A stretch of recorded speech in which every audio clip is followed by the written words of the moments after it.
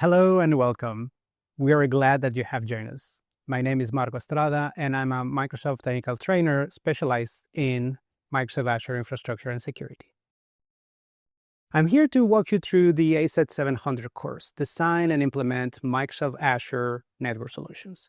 In this session, we'll cover load balancing HTTPS traffic.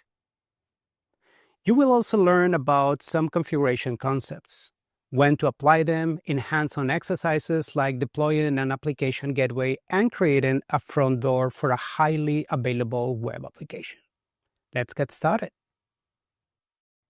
In this section, we're going to talk about how to design an Azure Application Gateway. We are going to talk about some of the features, about the routing, selecting the right SKU, about the help rows, listeners, certificates, some redirection overview, and configure rewrite sets. One thing that you might notice is that the Azure Application Gateway looks similar to what we have in Azure Load Balancer. So you have a backend pool, you have a front end, also you have some rules. But there is one difference here. So you have an HTTP listener, and that's what makes it different. Application Gateway is a layer 7 load balancer. So what does that mean is that we're going to focus on the HTTP protocol. Another thing that you might want to also check in the backend pool is that we not only have virtual machines, we also have other web services like a web app or maybe a web application that could be on premises. Since we're working at the layer 7 of the OSI model, so one of the things that we can benefit is to looking at what is coming through the listener. So you can either choose to use the path-based routing, where we can review what is on the path of the request, and then send it to the right backend pool. Or maybe we want to use the multiple site routing, where by listening to different URL or domain names, we can route the request to a different backend pool.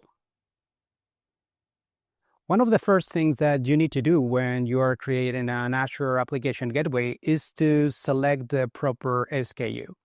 Currently, we have two different flavors, but nevertheless, both flavors do the same. So they can do cookie affinity, path-based routing, and they can also be either private or public.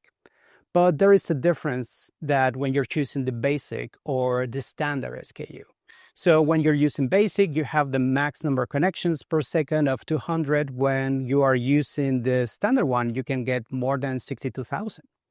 Another thing to notice is that the standard is called the version 2. So previously, we used to have, version 1, and there is a clear path for migration from version 1 to version 2.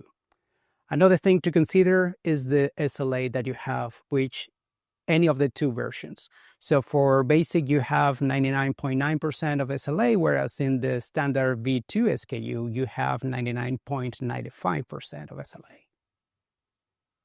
When you're creating your Azure Application Gateway, you know that we have a front end, we have a backend pool, but you need to connect these two together. And the way to do that is by creating rules. And the rule will define your listener, that it can be HTTP or HTTPS if you want to have an end-to-end TLS connection. And by the way, remember that you will need to have a certificate. And then you also need to define your backend targets by selecting the backend pool and also configuring the backend settings. You can choose to use the basic or the multi-site like we learned in a previous slide. And also, if you want to provide your users with custom error pages, you can define it here as well. Just like any other load balancer, Azure Application Gateway also has help rows to learn if a backend instance it is available or not. Differently from Azure Load Balancer, so we have more options here when using the HTTP Pro. So we can use 200 OK as a response, that's fine, but we can choose a different HTTP code to listen from your backend instances. Remember that if one of the backend instances it is down, it is not going to be part of the load balancing until it is available again. In Azure Application Gateway, we have multiple ways to redirect the traffic. You can use a global redirection where you have one listener sending the traffic to another one. You might want to use a path-based redirection when you're sending to a specific part of your website. Or maybe you want to redirect it to an external site altogether. As you can see in the slide, we have different codes for HTTP redirection, which can be a 301, permanent redirect, 302, found, 303, see other, or maybe 307, temporary redirect. One of the things that a layer 7 load balancer will give us is the possibility to do some rewriting. So when you're seeing the example 1 in this slide, you will see that the client is sending their own IP addresses. When they reach the application gateway, the same application gateway adds its own IP address. Then the backend application might be in a different website than the requested application. So you can see also the rewriting of the domain name that is happening behind the scenes. In the second example, so what we are doing is that we are translating a whole URL. So the application gateway is receiving one domain name in the listener, whereas connecting to a different domain name in the backend. Now let's see how to create an application gateway, add some backend targets, and test it out. In this demo, we're going to create an Azure Application Gateway. So here we are at the load balancing and content delivery overview. We are going to click on Create Application Gateway. We need to define some basic information like the resource group that we have been using before. Under name, we're going to write down Application Gateway, and the region will be West Europe, which we have been using before. And for the tier, we have two different options. We have Basic and Standard V2. The web application firewall will be touched on a different topic. So let's select standard. We have auto scaling from 1 up to 125 instances if you need to. But in our case, we're just going to keep it simple and we're just going to select 1 for this application gateway. We can select IPv4 or dual stack, HTTP to enable, FIPS 142 disable. The application gateway needs to be hosted in a dedicated subnet. In my case, I have an application gateway subnet in the hub network, which I'm going to use.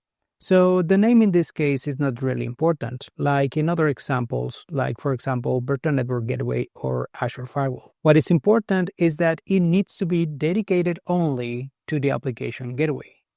Just like any other load balancer, it needs a front end. Since this is a public application gateway, we're going to choose the public IP from the prefix that we still have, which is the number 4.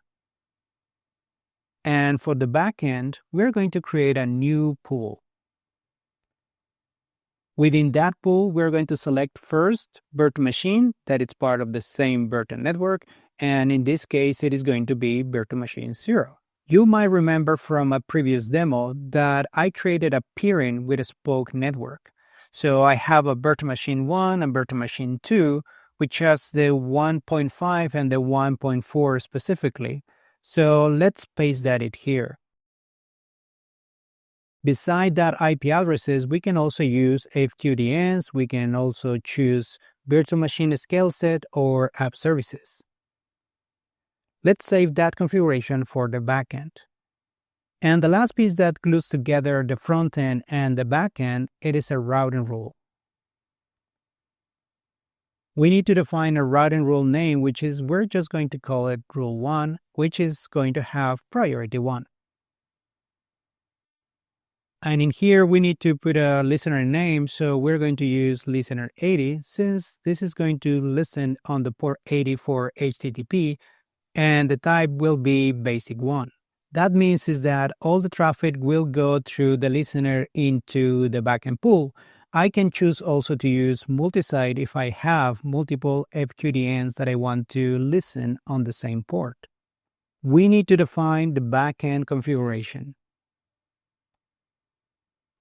For that, we need to select the backend pool that we just created, and we need to create a new settings for that backend.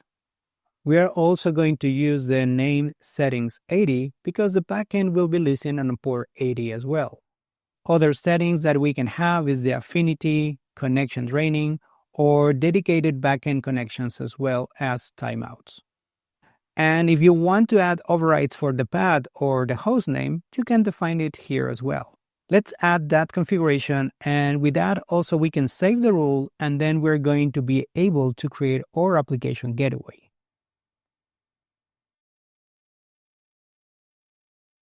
Once the deployment is complete, we can search for the application gateway that we created, take a look at the front-end public IP, which we're going to use to test it.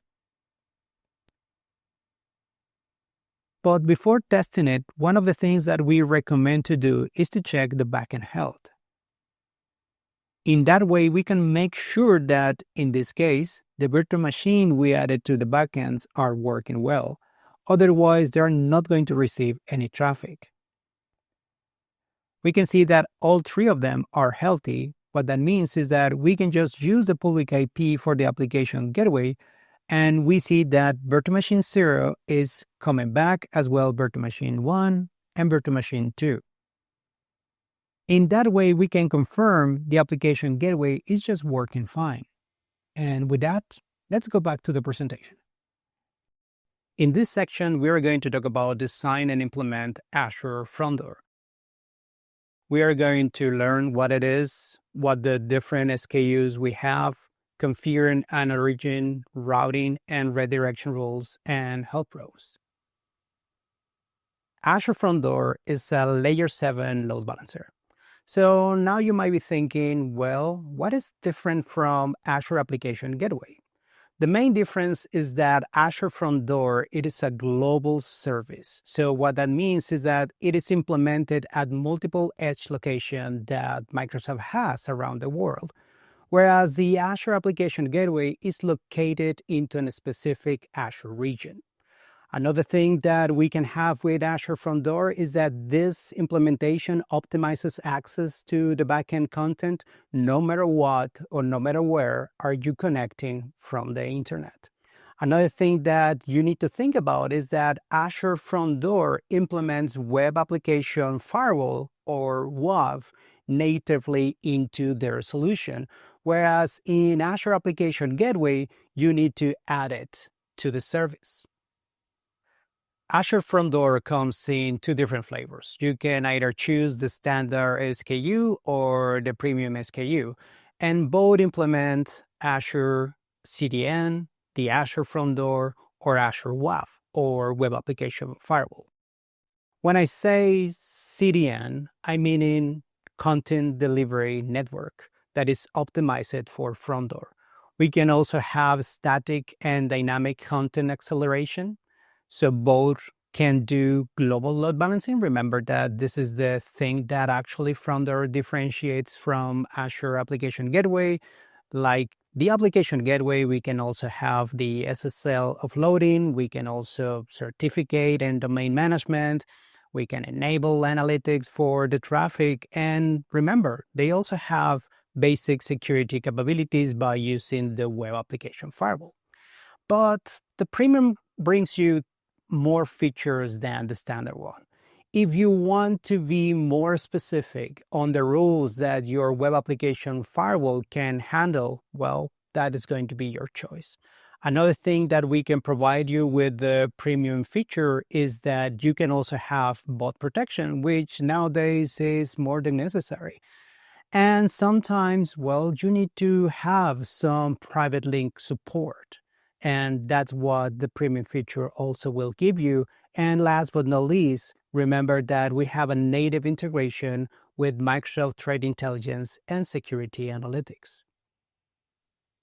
One thing that you will notice when you're working with Azure Front Door is that we don't refer it as a backend pool. Instead, we have an origin. An origin refers to the application that it's going to be in the backend, which Front Door will retrieve the content from. We can have different types of origins. So the origin could be in Azure, for example. You can have a storage account. Maybe you have a static web app or app service, or even maybe an Azure Application Gateway as origin. And you can also bring some custom origins as well.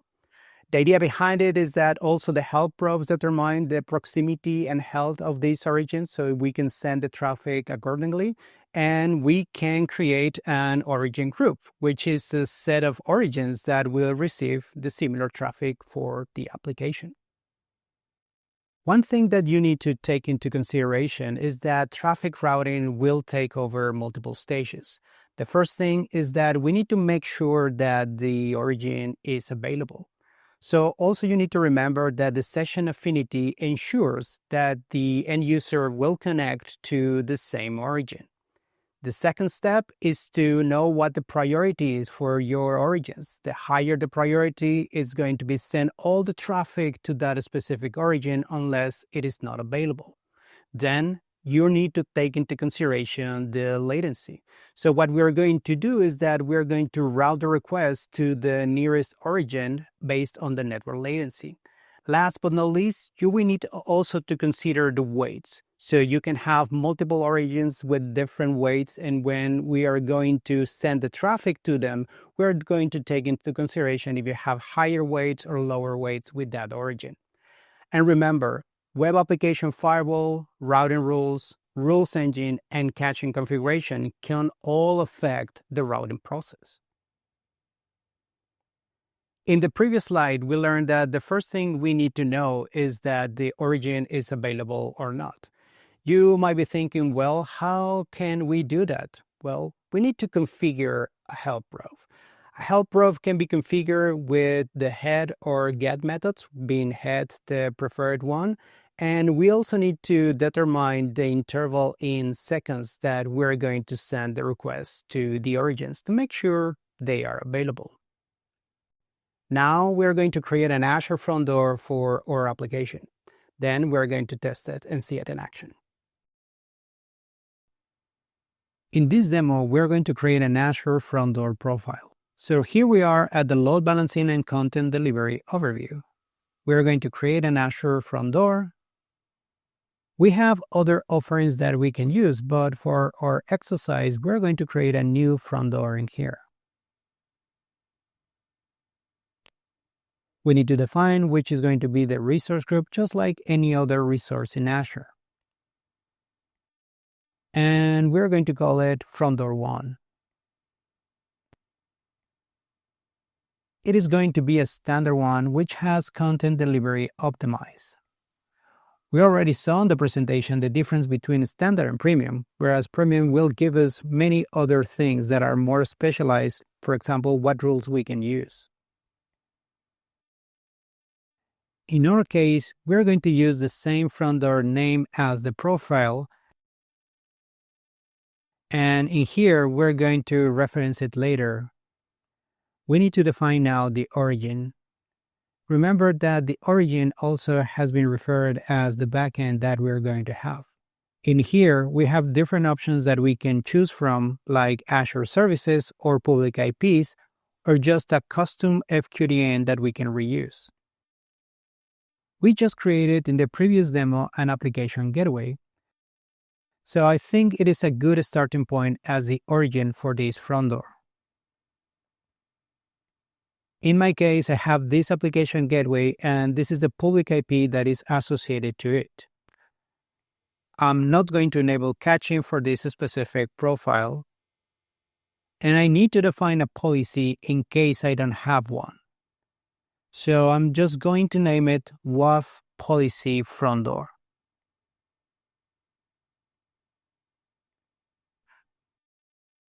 And with that, we're just going to review and create the front door and wait for it that it's going to be available. Once it has finished, we can go to the resource. In our case, we might need to do some specific adjustments. We are not going to be able to use it immediately because the default configuration is using HTTPS. and it's not going to work because our backends don't have HTTPS. They don't have a certificate on it. Let's take a look. On the default route, we're going to see that the FQDN that we have for that profile, the path that is going to be for the route, and in this case, we're accepting both HTTP and HTTPS. One of the things that we need to change in our case is the forwarding protocol, because in this case, it's matching the incoming request.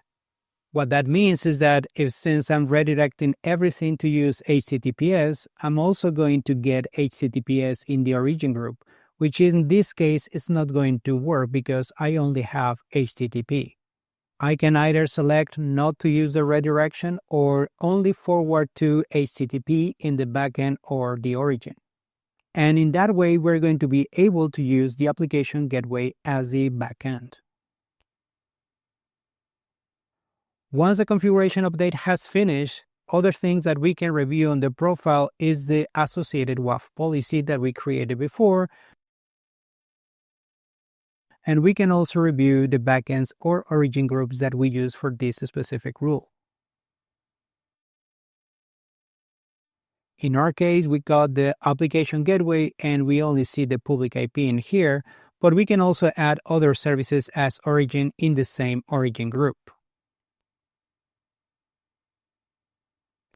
In this case, what I can do is I can also add the public load balancer that we have on the previous demo. We can also select the public IP address, which is going to list all the different IP addresses in my subscription. In this case, if I recall correctly, the public IP 3 was the one associated with the load balancer, which is the one that we're going to use. We're just defining the HTTP port 443 also for HTTPS, and the priority weight that we're going to use for this origin. We can add it as a priority too, for example, just to have it in case that the first one is not available, that we can just fail it over, similar of what we did with Traffic Manager. But in this case, both origins have the same priority and have the same weight. That means that we're going to provide the connections to both origins. In this case, the help probes, it's going to use the port HTTP, and we're just going to save it or update this configuration in order to have this update being synchronized. Once the update of the configuration is done, you can go back to the Front Door Manager and copy the FQDN for that specific endpoint.